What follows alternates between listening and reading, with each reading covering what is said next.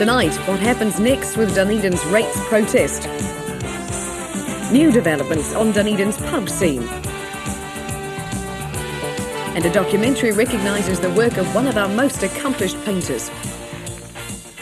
Good evening. Last night's rates protest in Dunedin had two results.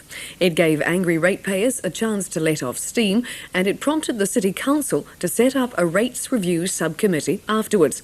But just what that means in terms of change is still a mystery to those at the protest meeting. Gaynor Smith looked for some answers today.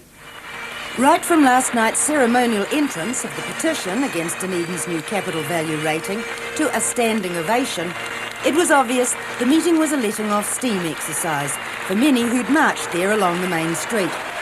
They found company in their anger, but was the end result, a review subcommittee the council formed later, worth the effort from the group formed in protest at this year's rates demand? We knew that we couldn't change it for this year, but they're starting to strike the rates now, ready for next year. And I think it's important that people know that if we've got a change coming, it'll be changed next year so that we can all budget for next year. What last night's meeting brought out, according to the councillor who'll head the rates review, was how critical it is for ratepayers to be well informed.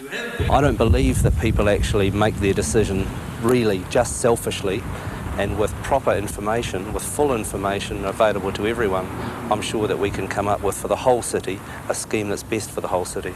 Does that mean that you think people weren't properly informed this time?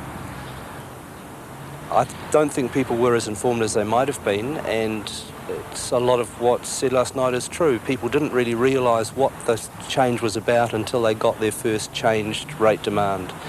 He agrees new information did come out last night, but says whether more people would be hurt by land value rating than capital value will have to be reassessed. So, almost back to square one? Not almost back to square one, right back to square one, using all the information that we have and whatever new information we can obtain. And the Rates Crisis Committee? It's sticking with the issue, not satisfied with just last night. Too many people are counting on us now. And for change in time for next year's rates, the council will need fairly firm recommendations or choices by November. Otago's yellow-eyed penguins are to have their own official home. The World Wildlife Fund has just bought a tract of land on the Otago Peninsula to help to conserve the penguins' habitat. Lee Davies reports. You could say yellow-eyed penguins are flavour of the month. Most of the world's experts on the species are in Dunedin this week to talk about them. And the World Wildlife Fund New Zealand has reaffirmed its commitment to conserving them. It's bought 43 hectares of coastline on the Otago Peninsula, stretching from Boulder Beach to Seal Point.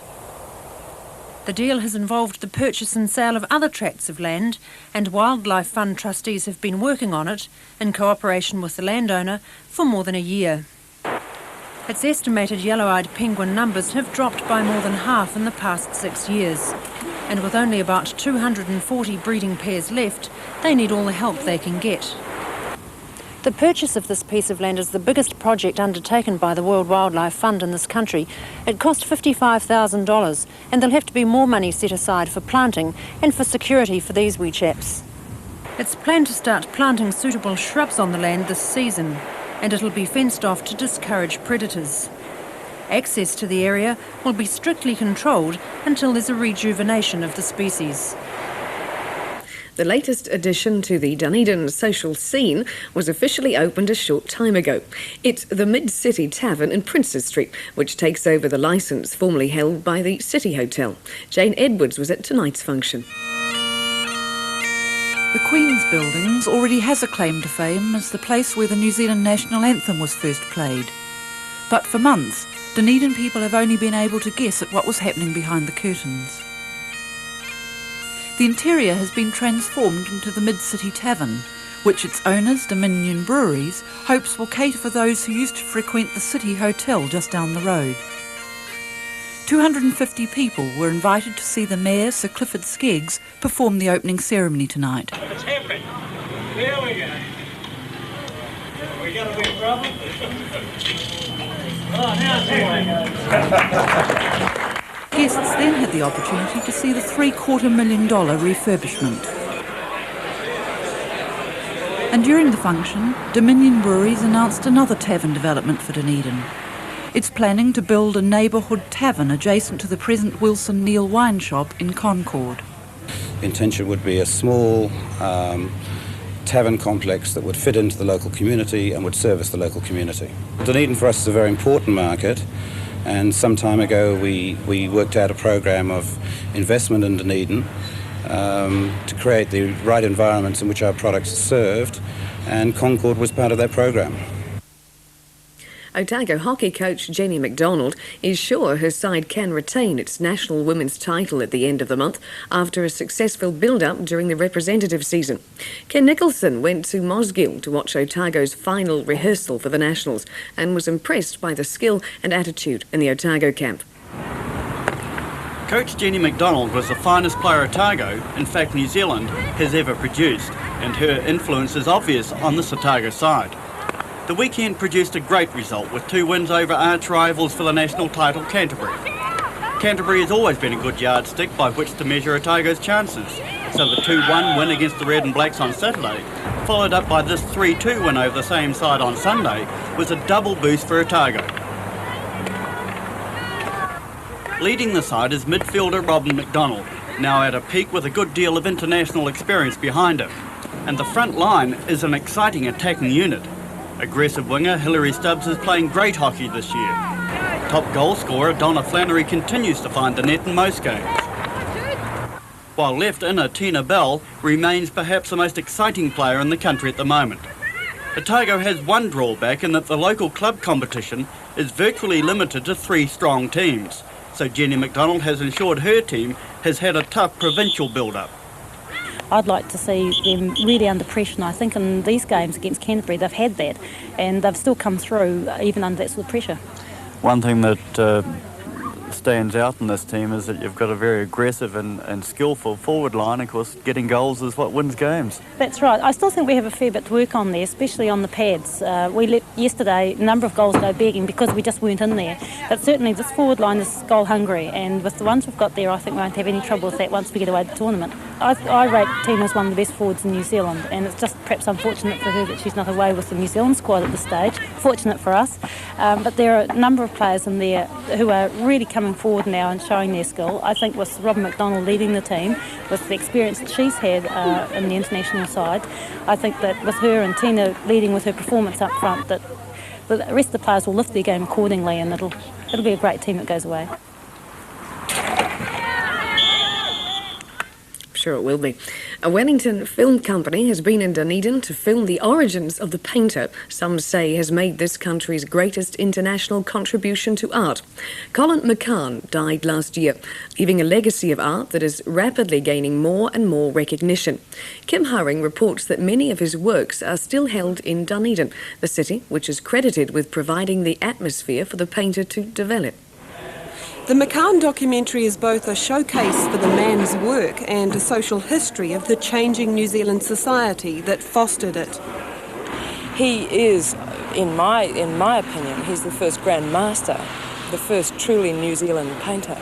It was his intention to be a New Zealand painter. He felt very passionately about this country. And he's left a wonderful legacy, a legacy that will grow, I think. I mean, I think now you can see that his reputation is broadening. I mean, he's becoming the most important painter in Australasia. Judy Reimer is the documentary's director. She wants to show the environment that created the paintings which became at the same time the most controversial and the most acclaimed in our art history. We're looking at what New Zealand was like in 1939 and looking at it quite specifically in what it was like to be an artist then. And really the centre of art then was Dunedin. I mean, Dunedin was, I suppose, the most economically strong place. But it was also it's where the cultural beginnings of this country happened in a Pākehā sense. You know, I mean, this is it. This is where it started from. McCahon studied art in Dunedin, and many of his greatest works depict the powerful landscapes he found so important. He once said, "I saw something logical, orderly and beautiful, belonging to the land and not yet to its people. My work has largely been to communicate this vision." Some of McCahon's largest works, now owned by the Hocken Library, were hung in the Dunedin Art Gallery to allow the crew to film them to their best advantage. And 15. Well, paintings are difficult to film. Of course, we are constrained by the 16mm frame, and the painter isn't constrained by anything. I mean, the canvas is basically his choice. And so some of the works for us have presented difficulties because of we can't do what the eye does. But we're making a brave attempt. Watching the filming is another of New Zealand's art treasures, Rodney Kennedy. He was a friend of McCahon's and still has one of the largest private collections of his work. But sadly, he feels he won't live to see another hanging like this. Do you think it's now become respectable to like McCahon, whereas it wasn't before? Well, yes, it's because the price of them, I suppose, impresses people. But it took a long time well, I don't think many people have followed his development. Remember that we were at art school and we had that kind of training, and going to art school is a training in, if nothing else, is in taste. And so that you learn, well, you have that appreciation installed into you. Are you saying that people don't appreciate him artistically now? Well, I think that's a little impossible because his was a continual development. It took me a long time to ever be reconciled to the writing on his painting. Because we had gone to art school and learned Roman lettering. This lettering was so free that didn't apply to what kind of standards that I had lettering should be. So that was a difficulty. The McCahon documentary will be released along with a major exhibition of his work in November. And they sound really worth seeing. There's been plenty of talk in Dunedin about the new colour scheme for Stewart Street's terrace houses. See what you think while we look at today's temperatures. And it was one out of the bag today, really, with Dunedin, Oamaru and Kura all recording 18 degrees, a low of 9 at Half Moon Bay, predicting a high of 11 degrees tomorrow for Invercargill and 12 degrees for Dunedin. We'll be back tomorrow night. Good night.